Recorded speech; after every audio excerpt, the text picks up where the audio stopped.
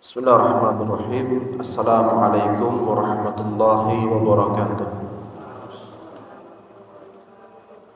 Innal hamdalillah nahmaduhu wa nasta'inuhu wa nastaghfiruh wa natubu ilayh wa na'udzu billahi min shururi anfusina wa sayyiati a'malina. Man yahdihillahu fala mudilla lahu wa man yudlil fala hadiya lahu. Ashhadu an la ilaha illallah wahdahu la syarika lahu wa ashhadu anna Muhammadan abduhu wa rasuluhu wa khaliluhu wa safiyuh. Salawatu rabbina wa salamuhu alaihi wa ala alihi wa ashabihi wa man sara ala nahjihi ila yaumi liqaihi, amma ba'du. Ma'asyiral muslimin, jamaah barakallahu fikum. Alhamdulillah, kita bersyukur kepada Allah Subhanahu wa taala. Allah mudahkan kepada kita untuk kita beragama Islam, untuk kita beribadah kepada Allah Subhanahu wa taala. Alhamdulillahirabbil alamin. Salawat serta salam semoga Allah limpahkan kepada Nabi besar Muhammad ibn Abdullah sallallahu alaihi wa ala alihi wa sahbihi wasallam.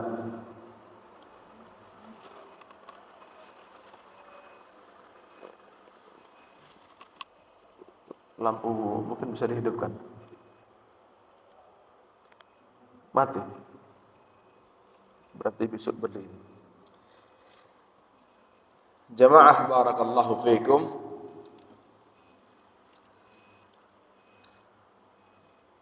Subhanallah. Saat ini kita kaum muslimin dalam keadaan tersakiti dan harus berjuang. Tersakiti dan harus bangkit. Terzalimi dan harus melawan. Allah Subhanahu wa taala berfirman tentang Masjidil Aqsa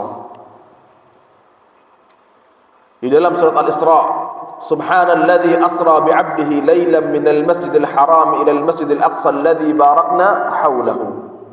Maha suci Allah yang telah mengisrakan, yang telah menjalankan Nabi Muhammad dari Masjidil Haram ke Masjidil Aqsa, yang mana Allah Subhanahu wa taala telah memberkahi Masjidil Aqsa dan sekelilingnya. Maka Masjidil Aqsa terlebih khusus memiliki nilai fadilah tempat. Betul? Punya nilai fadilah tempat. Beda Masjidil Aqsa dengan Rambi Puji, beda. Beda Masjidil Aqsa dengan Indonesia, beda. Ini tanah air dan itu tanah suci. Yang sudah jelas-jelas Allah Subhanahu wa taala sebutkan barakna haulahu. Kami berikan keberkahan di Masjidil Aqsa dan sekitarnya.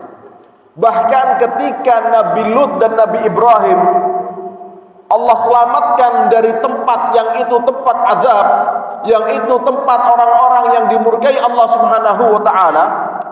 Allah selamatkan Nabi Lut dan Nabi Ibrahim ke mana? Syam dan Masjidil Aqsa. Di dalam surat Al-Anbiya Allah Subhanahu wa taala berfirman, "Wa najjaynahu wa Lutan ilal ardi allati barakna fiha lil alamin." Dan kami selamatkan Nabi Ibrahim dan juga Nabi Lut kepada sebuah daerah, sebuah tempat, sebuah tanah yang kami jadikan tanah ini, tempat ini berkah untuk seluruh dunia. Subhanallah. Berkah untuk seluruh dunia. Maka Syam dan Palestina, Baitul Maqdis adalah tempat mulia. Bahkan kata Allah Subhanahu wa taala, barakna fiha lil alamin. Kami jadikan keberkahan dunia ini dari Baitul Maqdis, dari Syam. Jamaah barakallahu fikum. Al-Hasan berkata bahwa yang dimaksud dengan al-ardu di sini, bumi di sini yang dimaksud adalah daerah mana, bagian mana? Kata beliau daerah Syam. Dan itu juga tafsirnya Mujahid, Ibnu Zaid dan Ibnu Jurayj. Bukan perkataan saya. Tapi perkataan ulama ahli tafsir dari kalangan para tabi'in. Kata Syekh Sa'di, dan subhanallah, Allah sudah berikan keberkahan untuk Syam. Syam itu mana? Suriah, Yordania, Palestina, Lebanon. Dulu mereka 4 negara bagian ini disebut dengan Syam. Kata Syekh Sa'di, dan dari berkahnya Syam itu, tanda keberkahannya Syam, Allah turunkan banyak nabinya ke Syam. Luar biasa. Nabi-nabi yang kita kenal banyak mereka dari Syam.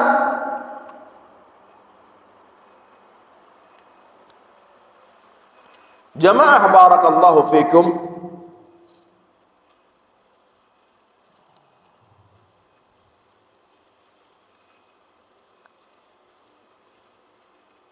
Di antara keberkahan Syam, kemuliaan Syam, bahwa Allah Subhanahu wa taala jadikan negeri Syam, Baitul Maqdis, tempat hijrahnya Nabi Ibrahim alaihi salatu wassalam.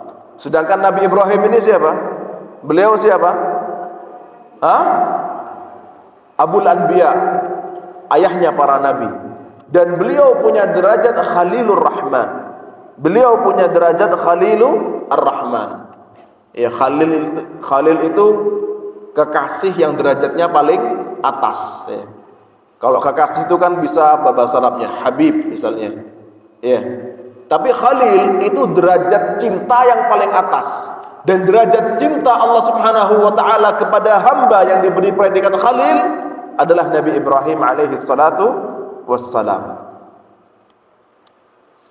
Cukuplah bagi kita Baitul Maqdis sebagai tempat yang mulia karena di sana ada Masjidil Aqsa. Jamaah barakallahu fikum, dan keberkahan itu bukan hanya satu keberkahan, bukan hanya sebagian keberkahan, tapi seluruh keberkahan. Keberkahan ketika punya keluarga di Syam, ketika punya bisnis di Syam, ketika belajar di Syam, ketika ibadah di Syam, ketika jihad di Syam. Itu semuanya fadilah. Sebagaimana fadilah ketika di Madinah, apa kata Nabi sallallahu alaihi wasallam fadilah di Madinah? Allahumma barik fi muddiha wa sa'iha. Ya Allah, berkahilah kota Madinah ini dalam perdagangan yang mud, yang cuma 2 telapak tangan kecil, ataupun yang 4 kali telapak tangan besar. Maksudnya perdagangan kecil maupun perdagangan besar. Maksudnya harta yang sedikit maupun harta yang banyak. Nabi Muhammad doakan keberkahan untuk perniagaan di Madinah. Maka keberkahan yang Allah maksud di Syam, kata para ulama, adalah keberkahan dunia dan akhirat. Kemudian jamaah barakallahu fikum, subhanallah, negeri Syam, negeri yang mulia. Ada hadis dari Muawiyah, Nabi SAW bersabda, alaikum bisyam, hendaklah kalian kepada Syam. Maksudnya apa? Perhatikan Syam, bantu Syam, belajar di Syam, tinggal di Syam, berjihad di Syam.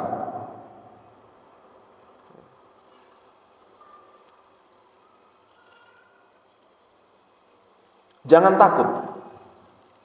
Nabi SAW bersabda, Inna Allah Azza wa Jalla qad takaffala li bisyami wa ahli. Sesungguhnya Allah Subhanahu wa ta'ala telah menjamin untukku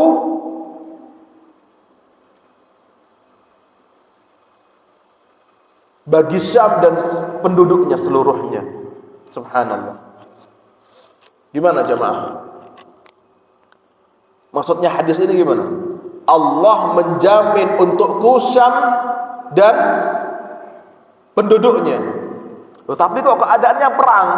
Tapi kok keadaannya kita lihat di media sosial, anak-anak kecil yang kasihan, anak-anak yang kemudian mencari bapaknya, mencari ibunya, yang kemarin mereka masih bersama bapak ibunya, ternyata sekarang bapak ibunya syahid. Yang anak ini kecil nggak punya dosa, kemudian dia harus diamputasi. Bagaimana itu? Bagaimana rasanya kepedihan ini? Apakah itu menyakitkan? Ya jamaah, tentu berbeda. Orang yang imannya kuat, orang yang imannya siap, dan orang yang belum siap. Tentu berbeda cara menghadapinya.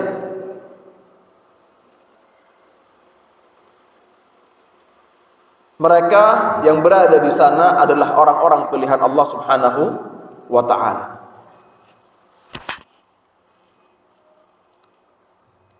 Nanti kita baca hadis bagaimana keadaan Syam di akhir zaman. Kemudian di antara fadilah Syam, Nabi sallallahu alaihi wasallam bersabda, "Ala innal imana idza waqa'atil fitanu bisyam." Sesungguhnya iman itu apabila terjadi fitnah besar di antara kaum muslimin, terjadi kemunafikan, terjadi kesyirikan, terjadi kemurtadan, maka iman itu akan kembali ke Syam. Kemudian ada hadis dari Abu Dzar radhiyallahu anhu, Nabi sallallahu alaihi wasallam bersabda, "Asy-Syamu ardul mahsyari wal mansyar." Syam itu adalah tempatnya berkumpul. Dan disebutkan nanti di akhir zaman kaum muslimin akan berkumpul di Syam.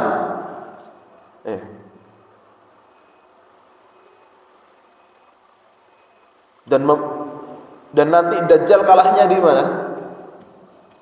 Di Syam.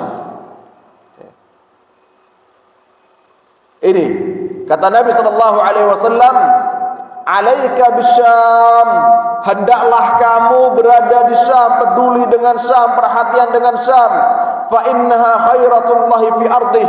Sesungguhnya Syam adalah tanah pilihan Allah di bumi Allah Subhanahu wa taala. Yajtabi ilaiha khairatuhu min ibadih. Yajtabi ilaiha khairatuhu min ibadih. Akan datang ke Syam orang-orang terbaik pilihan Allah Subhanahu wa taala. Jadi tempat baik pilihan Allah itu mana? Syam. Orang-orang baik pilihan Allah ada di mana? Di Syam.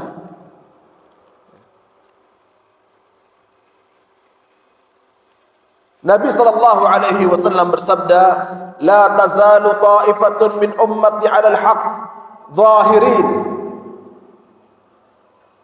Akan ada di antara umatku orang-orang yang senantiasa mereka berpegang teguh di atas kebenaran, di atas al-haq. Dan mereka nampak, bukan takut-takutan, mereka nampak, mereka jelas, mereka mendakwahkan al-haq. Mereka mendakwahkan Islam, mereka mendakwahkan iman. Li'aduwihim qahirin.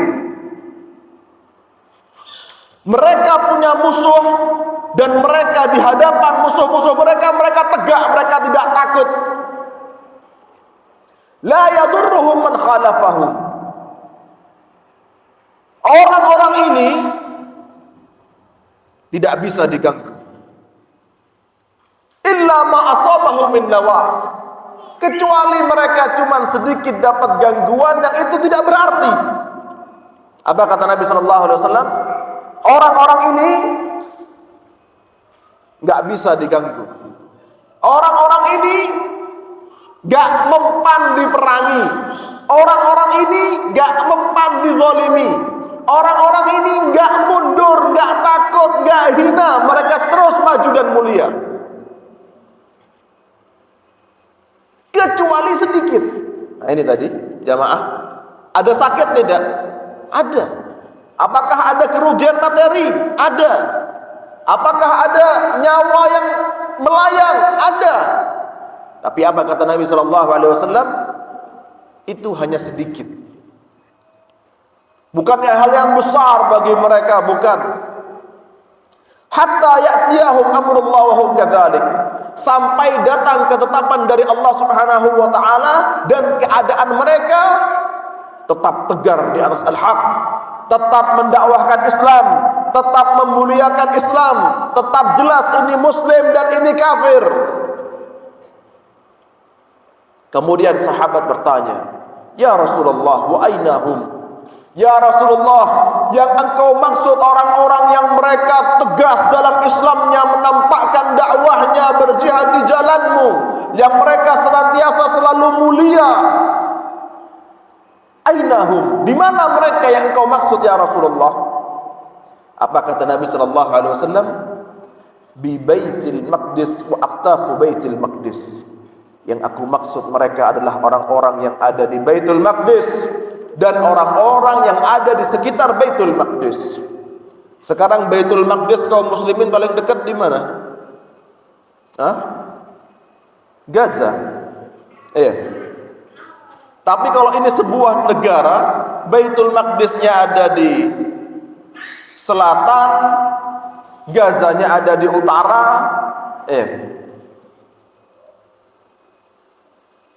Kata Nabi apa? Mereka di mana? Berada di Baitul Maqdis dan di sekitar Baitul Maqdis. Jamaah barakallahu fikum. Kemudian, kita menghadapi peristiwa Baitul Maqdis, apa yang kita lakukan jamaah? Apakah kita diam atau kita bergerak? Apakah ini urusan mereka atau urusan kita juga? Apakah kita mengatakan, oh itu urusan Allah? Apakah kita mengatakan itu bukan urusan kami? Apakah kita mengatakan itu urusan warga Palestina, kami warga Indonesia? Itu urusan mereka orang Arab, kami orang Indonesia, orang Jawa, orang Melayu. Itu urusan mereka, negara lain, kita bukan dari mereka. Itu urusan mereka, bukan urusan kami sama sekali. Jamaah barakallahu fikum. Kalau ada kemungkaran, kalau ada kemungkaran, kemudian orang-orang baik diam, yang Allah azab siapa? Semuanya. Iya kan? Kalau ada kemungkaran, orang-orang solehnya tidak jadi muslih, orang-orang baiknya tidak amar ma'ruf, tidak nahi munkar. Yang Allah azab siapa? Semuanya. Maka Allah Subhanahu wa taala perintahkan kita untuk ikut andil dalam amar ma'ruf nahi munkar. Jangan berkata itu urusan mereka, kami nggak ada urusan. Iya, bukan urusan Anda, bukan urusan kita. Untuk kita kemudian ikut rapat sama PBB, siapa ente kan gitu. Tapi ada urusan-urusan yang bisa kita laksanakan. Allah Subhanahu wa taala berfirman, "Falamma nasu ma dzukiru bihi anjayna alladhina yanhauna 'anis su'i wa akhadna alladhina zalamu bi'adzabin ba'isin bima kanu yafsukun." Ketika mereka berbuat dosa, kemudian mereka diingatkan tapi mereka melupakan peringatan. Apa kata Allah? Maka akan kami selamatkan orang-orang yang telah memberikan peringatan, dan akan kami ambil orang-orang yang telah berbuat zalim, orang-orang yang tidak melaksanakan amar ma'ruf nahi munkar. Kami azab mereka, kata Allah, bi'adzabin ba'is, dengan azab yang pedih, bima kanu yafsukun, karena mereka telah berbuat fasik. Jamaah barakallahu fikum. Terus kalau kita harus berbuat, apa yang harus kita perbuat jamaah? Kalau kita harus berbuat, apa yang bisa kita laksanakan? Pertama, minimalnya kita merasa mereka adalah saya dan saya adalah mereka, tidak ada perbedaan. Bukankah Allah Subhanahu wa taala berfirman, Innamal mu'minuna ikhwah, sesungguhnya orang-orang yang beriman adalah saudara. Allah Subhanahu wa taala berfirman, "Wal mu'minuna wal mu'minatu ba'duhum awliya'u ba'din." Dan orang-orang yang beriman laki-laki dan mereka juga yang beriman perempuan, ba'duhum awliya'u ba'din. Mereka di antara mereka adalah siapa? Pelindung. Aulia, pelindung. Bukan kemudian tidak melindungi kaum muslimin, bukan kemudian tidak urusan dengan kaum muslimin, bukan kemudian membiarkan kaum muslimin dibantai dan tidak merasa apapun, tidak merasa dirinya yang terzalimi. Nabi SAW bersabda, "Al-muslimu akhul muslimi la yadlimuhu wa la yaslimuhu." Orang Islam itu adalah saudara bagi muslim lainnya. La yadlimuhu, enggak boleh zalim. Enggak boleh kita zalim, mukul orang Islam, menghina orang Islam, mencaci orang Islam, enggak boleh. Sama juga kita enggak boleh apa? Wala yaslimuhu. Apa makna wala yaslimuhu? Jangan serahkan orang Islam untuk dizalimi. Jangan serahkan saudara kita muslim untuk dicaci. Jangan serahkan saudara kita muslim untuk diperkosa, untuk dibom, untuk dibunuh, untuk dihabisi. Itu kewajiban seorang muslim kepada muslim lainnya. Kata Nabi sallallahu alaihi wasallam, "Man kana fi hajati akhihi, kana Allahu fi hajatihi." Barang siapa yang dia membantu kebutuhan saudaranya, maka Allah akan bantu kebutuhan-kebutuhan dia. Subhanallah. Ya jamaah, kita bantu saudara kita, maka yang bantu kita siapa? Langsung Allah Subhanahu wa ta'ala.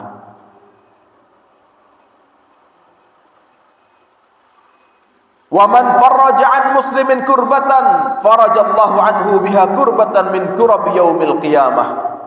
Dan barang siapa mendapati saudaranya seorang muslim dalam keadaan kesusahan, kemudian dia bantu menyelesaikan kesusahan itu, kesedihan itu, musibah itu, maka Allah Subhanahu wa ta'ala akan bantu orang ini untuk diselesaikan dari masalahnya, dari musibahnya, dari kesedihannya. Kapan? Nanti di yaumul qiyamah. Ketika matahari dekat, ketika 50.000 tahun dia menunggu hisab, ketika ketakutan, ketika tidak menggunakan busana apapun, laki perempuan campur, tapi tidak ada perasaan syahwat sama sekali, seluruhnya hanya memikirkan apa yang ia pertanggungjawabkan di hadapan Allah Subhanahu wa ta'ala.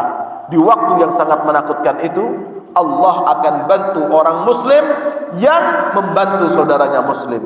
Allah akan selesaikan masalah dia, kesedihan dia di yaumul qiyamah ketika orang muslim ini menyelesaikan dan membantu kesusahan kaum muslimin yang lainnya. Nabi sallallahu alaihi wasallam bersabda, "Mathalul mu'minina fi tawaddihim wa tarahimihim wa ta'atufihim, mathalul jasadi idza ishtaka minhu 'udwun tada'a lahu sa'irul jasadi bis-sahri wal huma." Orang-orang yang beriman itu mereka dalam rangka kasih sayang, dalam rangka saling mencintai dan saling lemah lembut. Mathalul jasad, seperti satu jasad. Kita semua kaum muslimin jumlahnya berapa? Banyak. Di Jember aja jumlah kita 2,5 juta. Di Indonesia 270 juta. Kita semua kaum muslimin bagaikan satu tubuh. Kita bagaikan satu tubuh. Maka tangan kanan saya menyayangi tangan kiri saya. Maka kaki kanan saya berbuat lemah lembut kepada kaki kiri saya. Gak mungkin kemudian saling menyakiti antara satu tubuh kanan dan kiri. Idza ishtaka minhu 'udwun tada'a lahu sa'irul jasadi bis-sahari wal huma.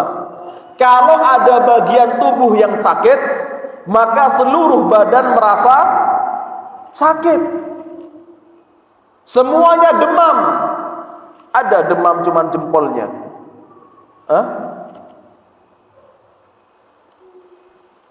Kalau sampai kemudian begadang karena kesakitan, maka semuanya merasa begadang. Jamaah barakallahu fikum. Maka minimalnya kita merasa apa? Kaum muslimin dimanapun, wabil khusus sekarang mereka yang ada di Gaza, yang ada di Palestina, mereka adalah saudara kita. Negeri mereka adalah negeri kita, tanah air mereka adalah tanah air kita, tanah suci mereka adalah tanah suci kita. Dan kita nggak urusan dengan hal-hal perbedaan yang sepele dengan mereka, ataupun dengan hal-hal yang besar dengan mereka. Kita nggak urusan, karena ada hal yang lebih besar.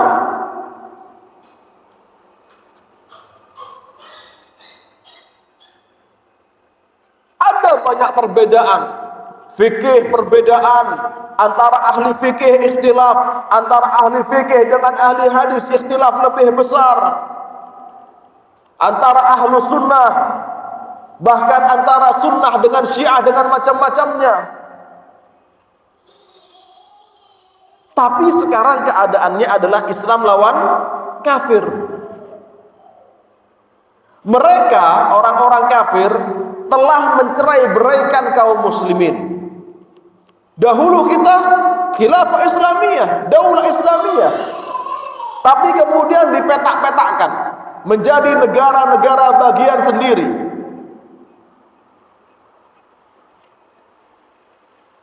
Sedangkan mereka, orang-orang kafir, apakah mereka terpetak-petakkan? Iya, betul nggak? Orang-orang kafir mereka juga petak-petakkan negara mereka. Ada Amerika, ada Perancis, dan Inggris, dan yang lainnya. Tapi mereka untuk urusan habisi orang Islam, satu tujuan. Walan tarda ankal yahudu walan nasara hatta tattabi'a millatahum. Orang Yahudi dan Nasrani tidak bakal ridho kepada kalian orang Islam bukan sampai kalian mati. Mereka nggak pengen kalian mati. Mereka pengen kalian kaum muslimin ikut agama mereka, Yahudi atau Nasrani.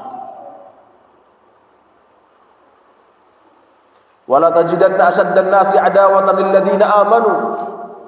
Dan kalian akan mendapati orang yang paling bengis perlawanannya, kejahatannya kepada kaum muslimin. Siapa? Yahudi, kata Allah Subhanahu wa ta'ala.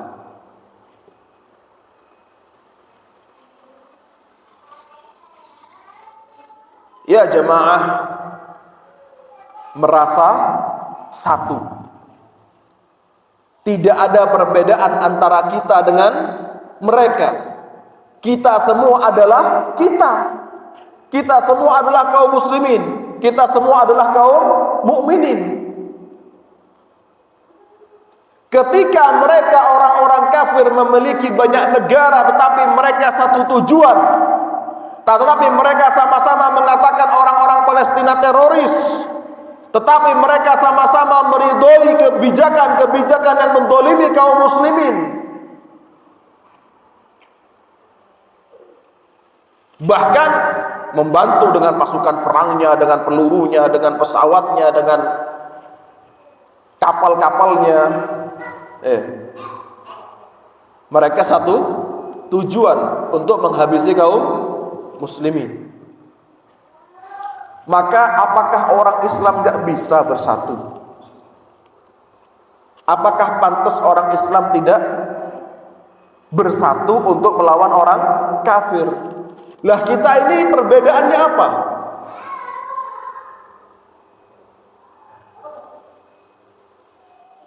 Hampir tidak ada perbedaan.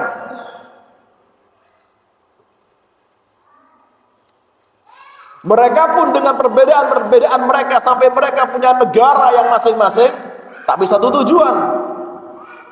Tapi mereka satu tujuan. Fattaqullaha mastata'tum, maka bertakwalah kalian kepada Allah semampu kalian. La yukallifullahu nafsan illa wus'aha. Allah Subhanahu wa ta'ala tidak membebani seorang hamba kecuali dengan yang ia mampu. Ya. Jamaah barakallahu fikum.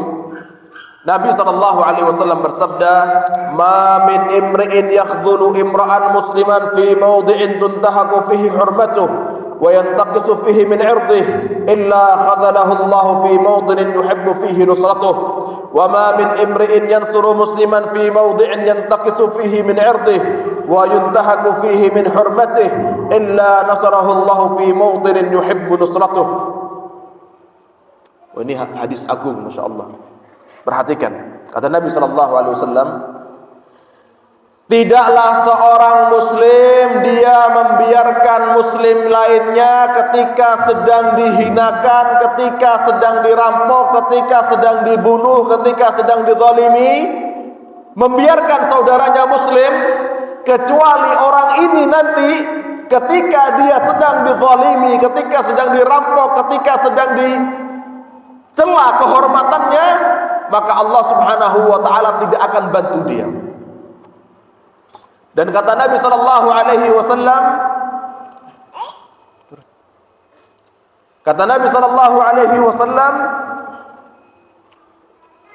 dan orang Islam ketika mendapati saudaranya muslim sedang dihina, dizalimi, dibunuh, dibom dan apapun bentuk kezalimannya, kemudian orang Islam ini membantu saudara muslimnya, maka kelak pasti ketika orang muslim ini dia dalam keadaan butuh bantuan, maka Allah akan membantunya. Siapa yang membantu? Allah Subhanahu wa ta'ala. Dia menjadi wasilah Allah untuk menolong saudaranya muslim, maka Allah Subhanahu wa ta'ala akan menolong orang ini ketika dia butuh pertolongan, ketika dia dizalimi, ketika dia disakiti, ketika dia dihina. Ya.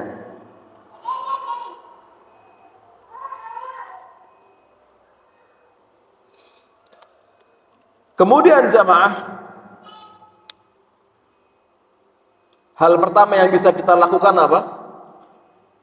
Apa hal pertama? Merasa satu, merasa saudara. Kemudian hal yang kedua, ini bukan hal yang kita lakukan secara pribadi, akan tetapi sebagian ulama berkata hal ini yang belum dilakukan. Banyak hal sudah dilakukan, tapi hal ini belum dilakukan. Apa?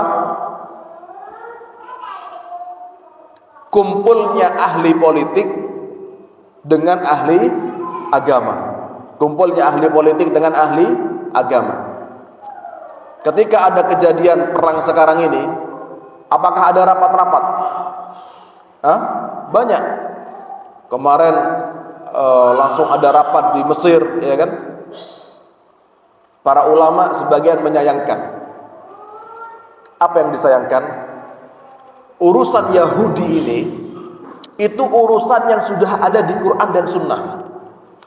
Banyak ayat-ayat Al-Quran berbicara tentang Yahudi. Banyak hadis-hadis Nabi Muhammad SAW berbicara tentang Yahudi. Contohnya apa? Hadis Nabi SAW, nanti di akhir zaman, batu, pohon, semuanya akan berbicara. Kalau ada orang Yahudi yang sedang bersembunyi, batu, pohon ini akan ngomong, ini di belakangku ada seorang Yahudi, wahai muslim, faqtulhu, maka bunuhlah dia. Innal gharqad, kecuali gharqad. Kecuali gharqad. Ini kan di antara hadis, hanya salah satu contoh hadis yang berbicara tentang akhir zaman antara kaum muslimin dengan Yahudi. Sebagian ulama menyayangkan kenapa ketika rapat-rapat itu, ketika pertemuan-pertemuan antara ahli politik, presiden-presiden maupun pemimpin-pemimpin negara internasional kaum muslimin, Arab dan Islam, kenapa ulama enggak diikutkan? Coba ketika itu diikutkan pemimpin negara, kemudian panglima-panglima perangnya, kemudian ahli ekonominya, dan juga ulama Islam. Karena kaitannya perangnya Islam dengan Yahudi, ini perang agama. Yang tahu agama siapa? Ulama.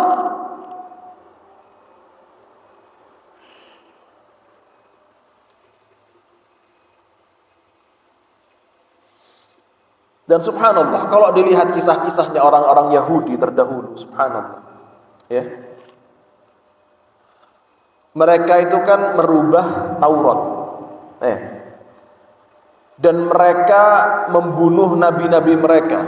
Siapa yang bunuh Nabi Isa alaihissalatu wassalam? Orang Yahudi sendiri kan.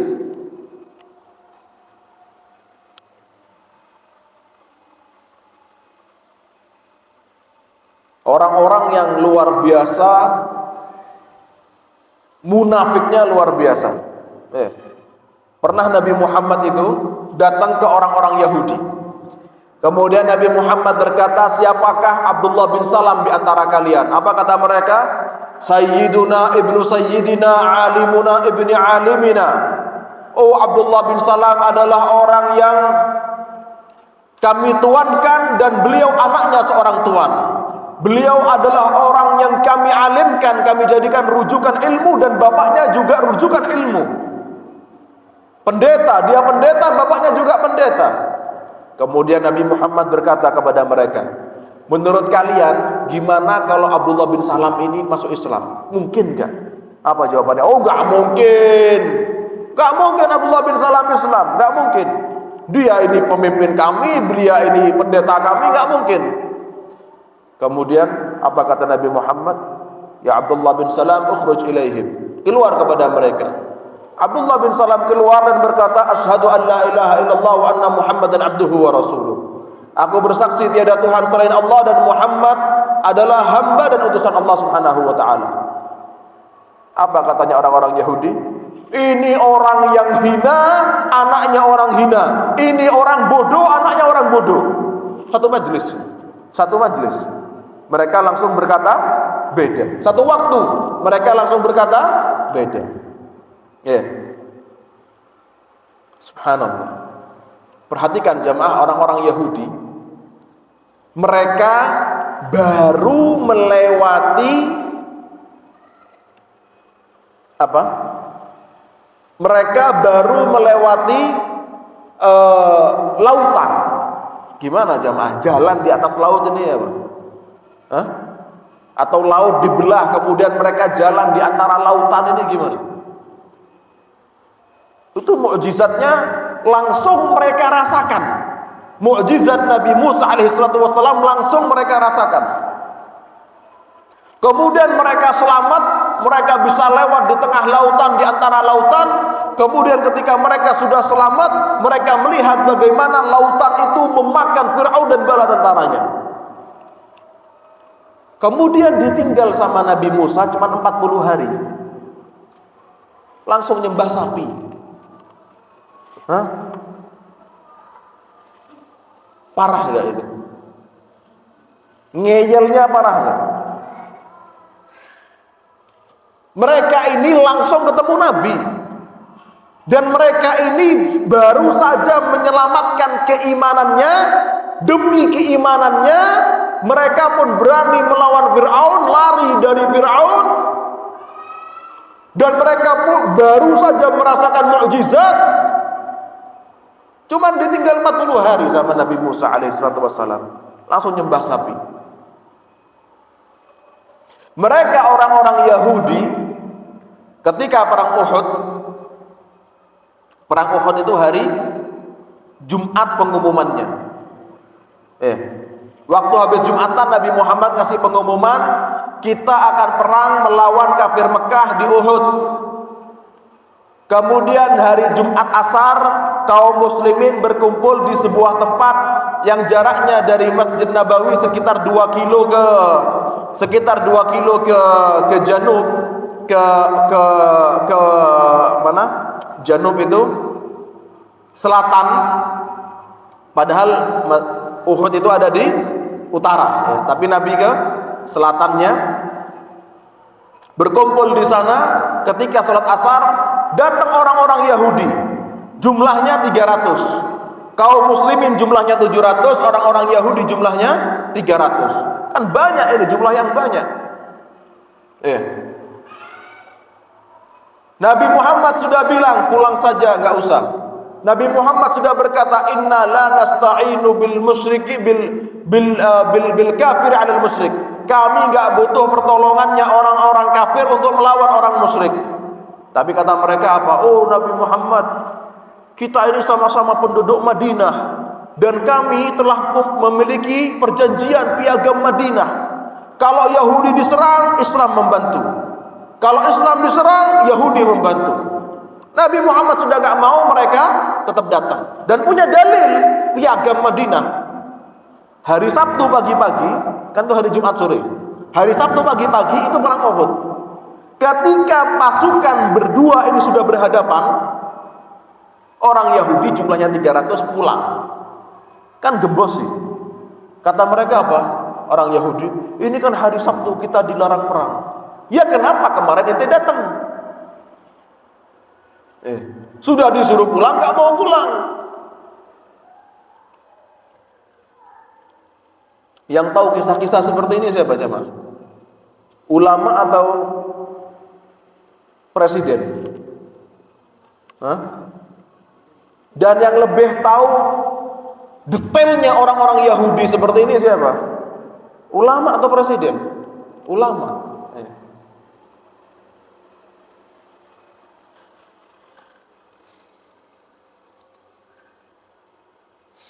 Kemudian sekarang ini zamannya dakwah, ini yang ketiga yang bisa kami lakukan, yang kita lakukan adalah apa? Sekarang ini zamannya medsos, zamannya i'lam.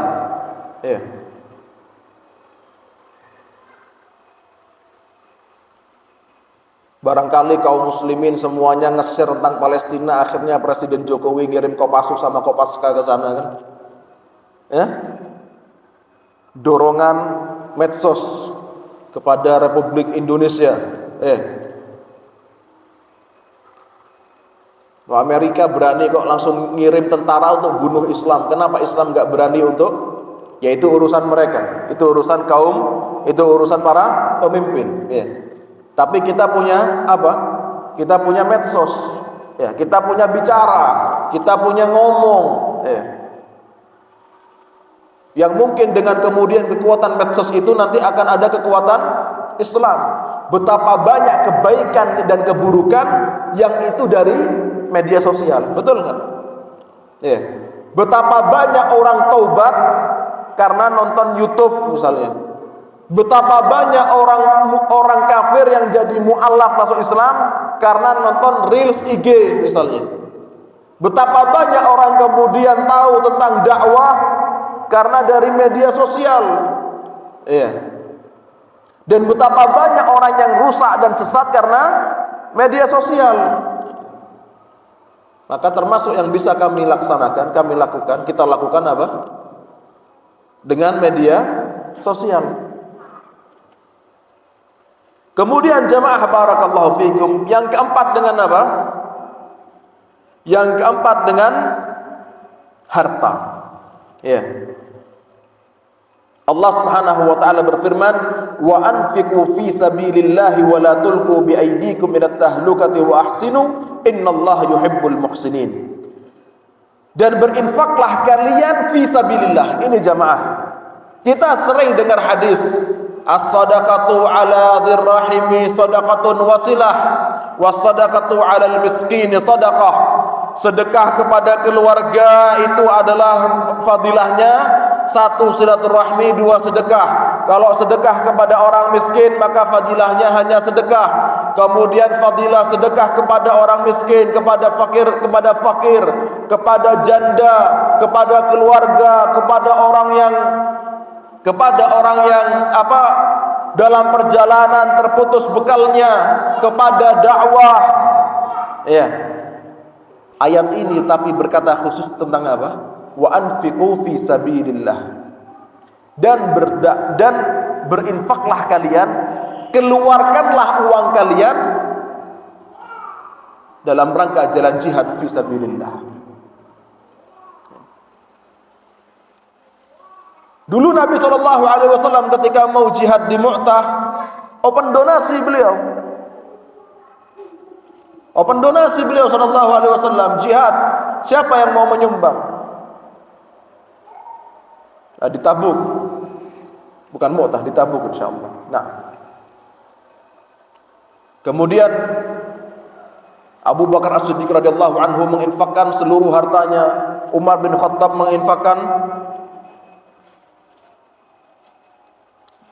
setengah hartanya. Ya jamaah, infak dengan harta. Berapa yang kita infakkan? Gak harus banyak, semampunya. Saya dulu pernah buka open donasi ketika saya santri di Semarang. Cuman sekedar ngomong pagi-pagi sama beberapa teman. Ketika itu perang di Yaman baru bergejolak 2011 dan juga di Suriah. Saya buka open donasi untuk para santri. Yang bikin saya acaranya, saya bilang sama Ustadz, mohon izin mau buka open donasi kepada santri hanya dalam 3 hari Ustadz. Gak usah pakai proposal kalau boleh Ustadz, langsung, gak usah proposal perizinan, langsung Ustadz. Kata Ustadz saya ketika itu, boleh silahkan. Saya buka open donasi 3 hari. Santri ketika itu jumlahnya kurang lebih 1000. Ya, 3 hari tok Pak. Itu terkumpul uang 18 juta lebih. Kira-kira kalau santri uangnya itu 100.000 apa 1000? Hah? Jadi saya ngitungi uang 1000-an sama recehan itu Pak, sampai 18 juta dalam 3 hari.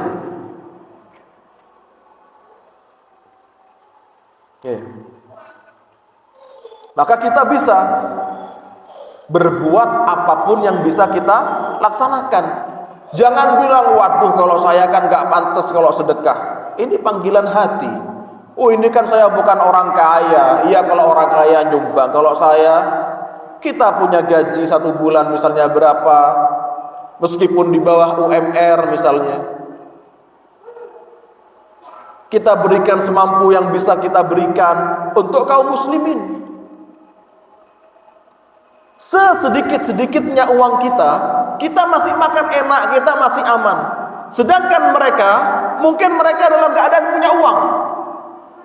Makanan tidak boleh masuk, bantuan gak boleh masuk, solar, bensin gak boleh masuk, bahkan obat-obatan gak boleh masuk.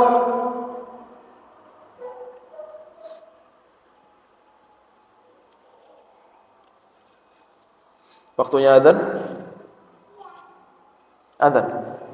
Azan dulu. Iya. Kemudian hal terakhir yang bisa kita lakukan apa jamaah? Yang ingin saya sampaikan adalah, dan ini yang paling penting, berdoa.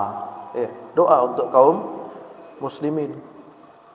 Doa untuk saudara-saudara kita, mereka yang tertindas. Kemudian ada yang mengatakan itu Palestina yang memulai. Betul nggak jamaah? Hah? Kalau betul itu benar, kalau salah itu juga benar. Gimana ya? Hah? Sekarang itu ditepis, nggak benar. Palestina itu dizalimi. Kezaliman yang paling zalim di muka bumi saat ini adalah kezaliman Israel kepada kaum muslimin di Palestina. Mereka pertamanya dibolehkan datang ke Palestina, kemudian mereka semakin besar, kemudian mereka perang. Dulu semuanya Palestina, sedikit di peta itu yang Israel. Sekarang Israel semuanya sedikit yang Palestina. Gaza kecil, rakyatnya nggak sampai 2 juta. Jember ini 2,5 juta. Gaza nggak sampai 2 juta.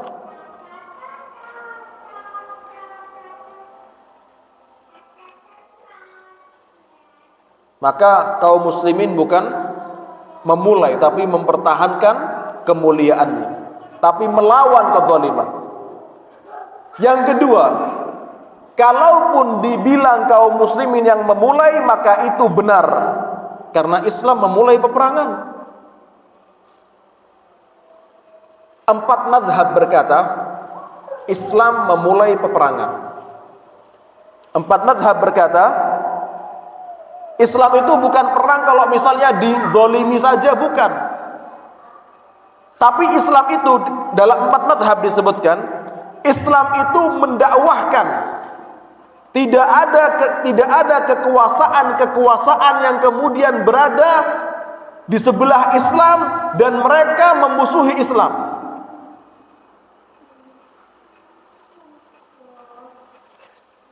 Nabi Muhammad SAW ketika beliau masih di Madinah, ketika beliau hanya punya kekuasaan yang kecil. Tapi apa yang dilakukan Nabi Muhammad? Ngirim surat ke Raja Romawi, aslim taslam.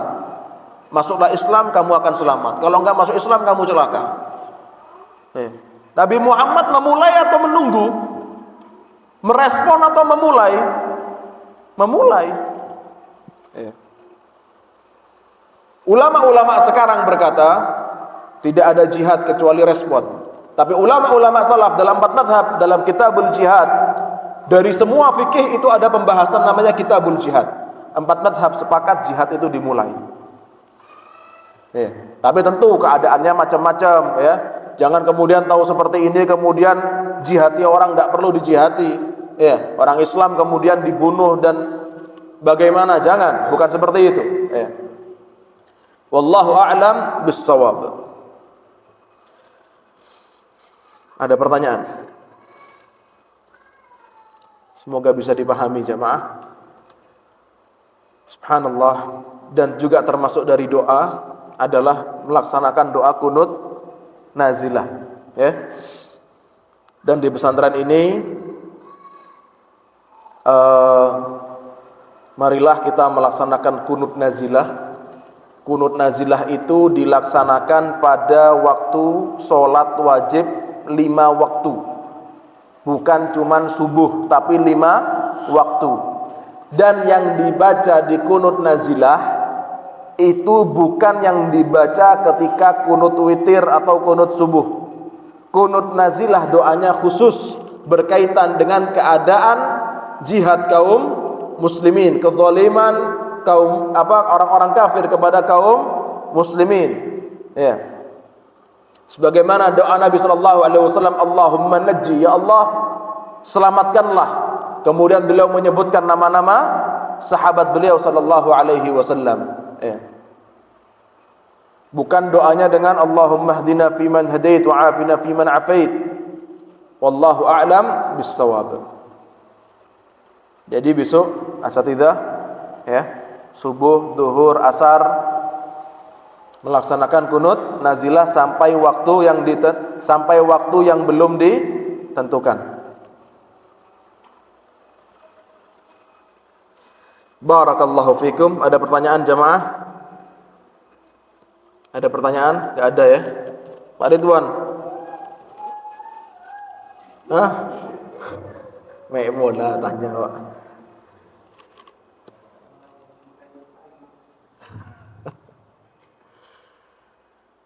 Ya, kita tutup dengan doa kafaratul majlis. Subhanakallahumma bihamdik asyhadu an la ilaha illa anta astaghfiruka wa atubu ilaik. Assalamualaikum warahmatullahi wabarakatuh.